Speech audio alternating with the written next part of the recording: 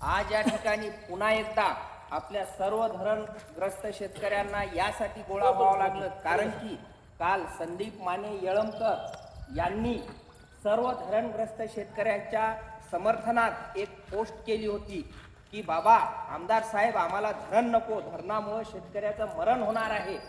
या गोष्टीचा त्यांच्या काही कार्यकर्त्यांना किंवा कुणालाही म्हणा एवढी झोंबली की त्यांनी संदीप माने यांना फोन करून वैयक्तिक शिवीगाळ करत, दडपशाही करत त्यांना धमक्या देण्याचा प्रयत्न करत आहेत. अजून त्यांना असं पण म्हणत आहेत की बाबा तुमच्यावर गाडी घालतो, तुम्हाला धक्का देतो, तुम्हाला दाखवतो.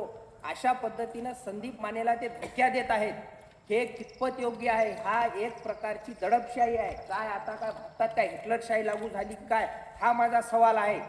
आणि दुसरी एक गोष्ट, ज्या प्रकारे संदीप माने यांनी म्हणलं होतं की बाबा साहेब तुम्ही तुमच्या फायद्यासाठी शेतकऱ्यांना वेठीला धरू नका, त्याच प्रश्नाला अनुसरून माझा पण एक सवाल आहे आमदार महोदयांना की बाबा ज्या वेळेस तुम्ही म्हणत होते तुम्ही गरीब आहात, गरीब आहात, मान्य केलं, सर्व गोरगरीब शेतकऱ्यांनी तुम्हाला गरीब म्हणून मतदान केलं, पण आज काय कंडिशन आहे? आज तुमच्याजवळ एवढी माया मालमत्ता कशी जमा झाली याचं उत्तर अगोदर तुम्ही तालुक्यातल्या जनतेला द्या.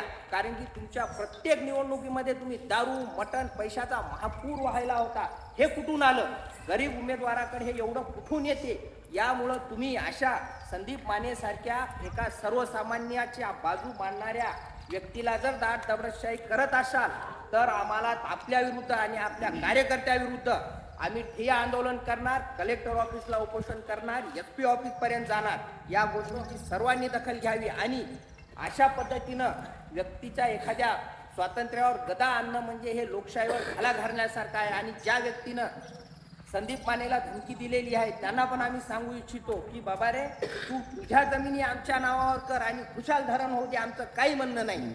जर आहे का तयारी त्याची याच्यात, याचं पण उत्तर दिलं पाहिजे. त्याच्यामुळं कोणीही अशा पद्धतीनं कुणाच्याही व्यक्ती स्वातंत्र्यावर घाला घालू नये. त्यामुळं आम्ही सर्व 40च्या 40 45 गावातील सर्व सहस्रकुंड जलविद्युत प्रकल्प बाधित शेतकरी संदीप माने यांच्या पाठीशी उभे आहोत. कधीही त्यांना अडचण आली किंवा काही जरी झालं तर आम्ही सर्वजण त्यांच्या पाठीशी राहू आणि त्यांच्या केसालाही धक्का लागला तर याच्यासाठी सत्ताधारी पक्षाच्या लोकप्रतिनिधीचे लोक जबाबदार असतील. ही गोष्ट त्यांनी लक्षात ठेवली पाहिजे आणि त्यानुसार वागलं पाहिजे. जास्त काही न सांगता आमचं एवढंच म्हणणं आहे, या अशा पद्धतीनं तुम्ही एखाद्या गरीब व्यक्तीवर तुमच्या पदाचा आणि तुमच्या ताकदीचा वापर करून जर दडपशाही करत असाल तर ही जनता तुम्हाला नक्कीच लक्षात ठेवेल. एवढं बोलतो आणि